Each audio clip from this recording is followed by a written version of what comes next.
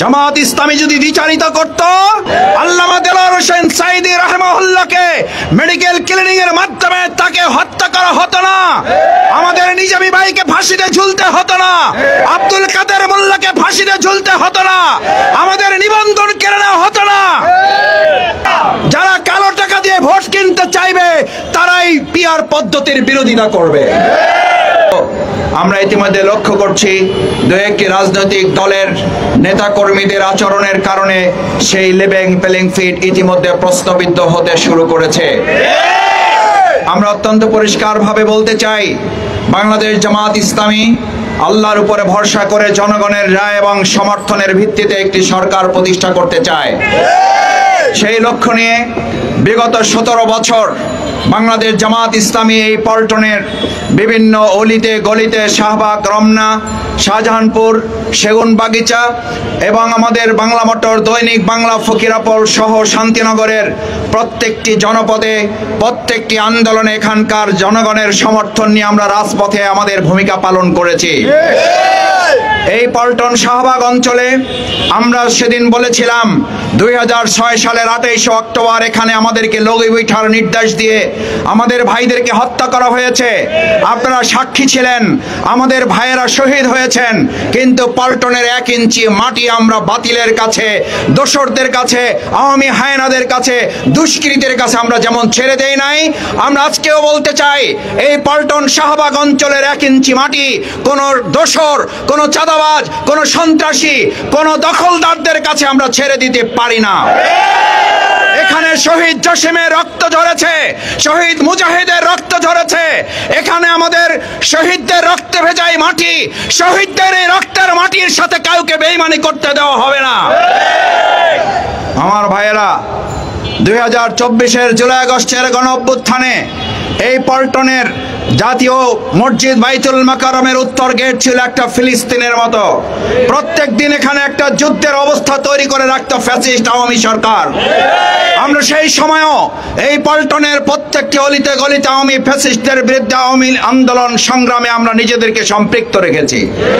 সুতরাং আজকে level playing ফিল্ডের মাধ্যমে জনগণের অধিকার প্রতিষ্ঠিত করার দাবি এখানকার মানুষের শুধু নয়, শুধুমাত্র ঢাকাবাসীর নয়, শুধুমাত্র বাংলাদেশের জামাত ইসলামী ছাত্র শিবিরের জনগণের নয়, এই দাবি এখন বাংলাদেশের 18 কোটি জনগণের দাবি। সুতরাং আগামী 16-19 জুলাইয়ের যে সমাবেশ, এই সমাবেশ জামাত ইসলামী ইসলামী ছাত্র শিবিরের শুধু সমাবেশ নয়, এটি হচ্ছে ঢাকাবাসীর সমাবেশ, এটি হচ্ছে লেভেল প্লেইং ফিল্ড দাবি বাস্তবায়নের সমাবেশ, এটি হচ্ছে শেখ হাসিনাকে গ্রেফতার করে দেশে ফিরিয়ে নিয়ে এসে তাকে বিচারের মুখোমুখি করার দাবি আদায়ের সমাবেশ। এই সমাবেশ হচ্ছে জুলাই সনদ বাস্তবায়নের সমাবেশ।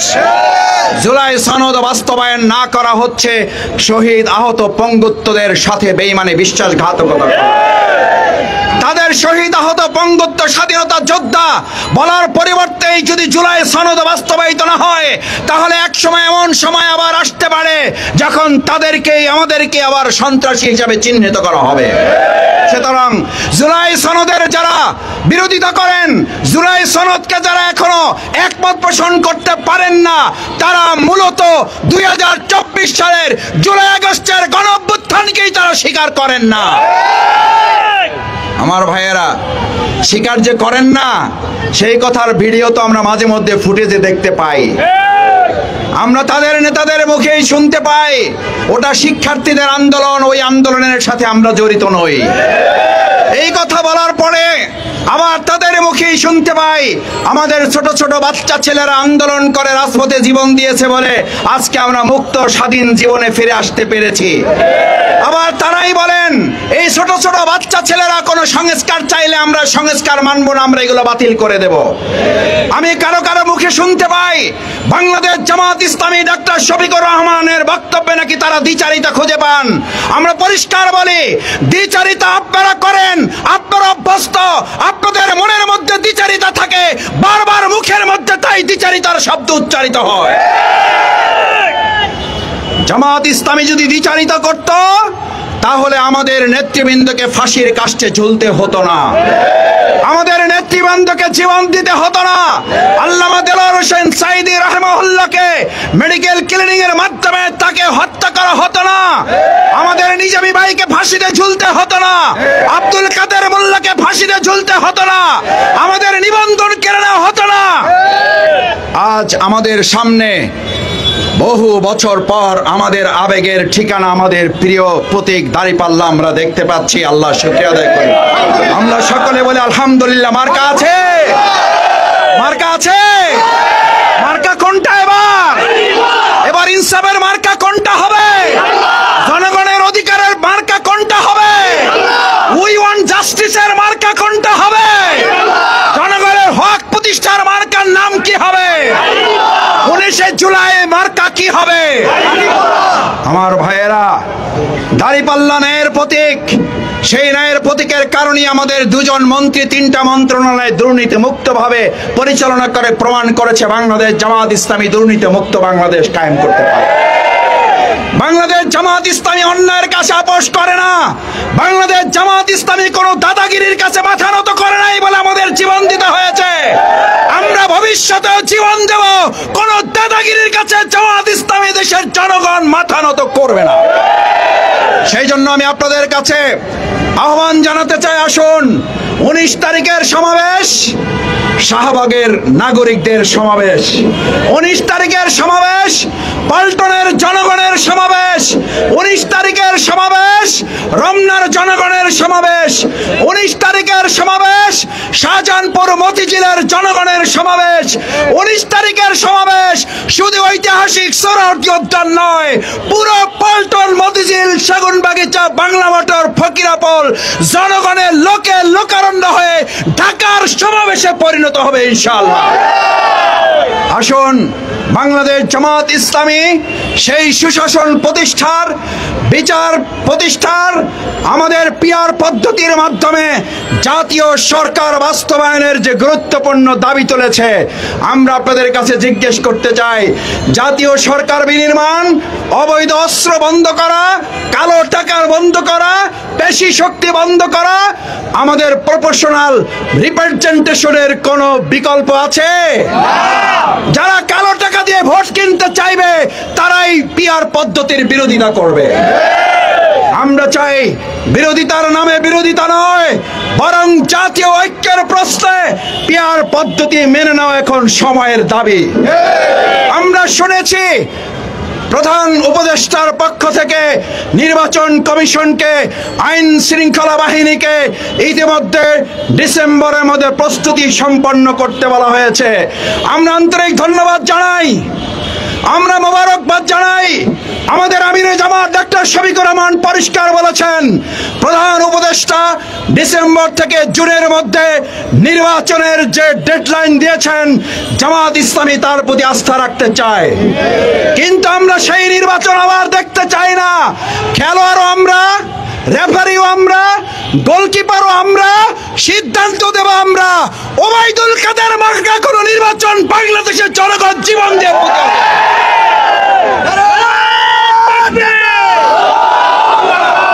আমার ভাইয়েরা, ওবায়দুল কাদের মার্কার কোন নির্বাচন বাংলাদেশের মাটিতে পল্টন শাহবাগ অঞ্চলের জনগণ কি আর হতে দেবে? যদি তা হতে দিতে না চান, তাহলে সম্মিলিতভাবে 19শে জুলাইয়ের জাতীয় সমাবেশ বাস্তবায়ন করে আমরা জনগণকে সহযোগিতা করতে চাই, সতর্ক করতে চাই, আহ্বান জানাতে চাই। এত জীবন, এত রক্তের মাধ্যমে অর্জিত নতুন বাংলাদেশকে আর পিছনে ফিরে যেতে দেওয়া হবে না। আসুন বাংলাদেশ জামাত ইসলামী আমাদের এই বাংলাদেশের নতুন স্বাধীন বাংলাদেশকে রক্ষা করার জন্য 1,10,00,000 ভোটার আছেন দেশের বাহিরে, প্রবাসী ভাই বন্ধুগণ। আমাদের রেমিটেন্স যোদ্ধাদেরকে আপনারা মুখের কথায় কথায় স্মরণ করেন। আমরা এতক্ষণে জানতে পারি নাই আমাদের 1,10,00,000 ভোটারকে ভোটার তালিকায় তাদেরকে সংযুক্ত করা হয়েছে কিনা, তারা ভোট দিতে পারবেন কিনা। পরিষ্কার বার্তা দিতে চাই, জামাত ইসলামী রেমিটেন্স যোদ্ধারা যারা 2024-এর জুলাই আগস্টে একজন সামাজিক যোগাযোগ মাধ্যম যোদ্ধা হিসাবে নিজের পরিবারকে ঝুঁকির মধ্যে ফেলে নিজেরা বিদেশে অ্যারেস্ট হয়ে এই বাংলাদেশের জন্য লড়াই করেছে, তাদের একজনকে বাদ দিয়েও বাংলাদেশের মানুষ নির্বাচন মেনে নিতে পারে না। আসুন আমরা আমাদের সেই লেভেল প্লেইং ফিল্ড, জুলাই সনদ বাস্তবায়ন, আমরা আমাদের জুলাই গণহত্যার বিচার এবং আমাদের পিয়ার পদ্ধতি, স্থানীয় নির্বাচন করে জাতীয় নির্বাচনের ধাপের দিকে আগানো সহ আমরা আমাদের এই প্রিয় মাতৃভূমি বাংলাদেশে জনগণের সরকার প্রতিষ্ঠা করার জন্য অবাধ, সুষ্ঠু, নিরপেক্ষ, অংশগ্রহণমূলক এবং লেভেল প্লেইং ফিল্ড তৈরি করে একটা সুষ্ঠু নির্বাচনের দিকে সরকার আগাবে সেই প্রত্যাশা ব্যক্ত করে আগামী 19 জুলাইয়ের সমাবেশে দলে দলে যোগ দিয়ে সমাবেশ সফল করুন। সবাইকে ধন্যবাদ। আসসালামু আলাইকুম ওয়া রাহমাতুল্লাহ ওয়া বারাকাতুহু।